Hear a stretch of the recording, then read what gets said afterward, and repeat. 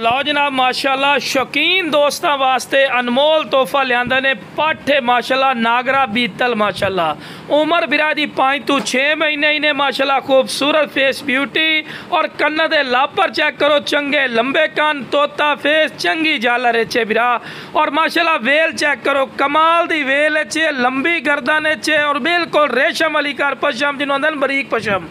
Inu आदे नस्ल और क्वालिटी बिरा है लख रुपये वाली ब्रीड इंशाल्लाह फौजी गोट फार्म ते 1000 रुपये मिल सी बिरा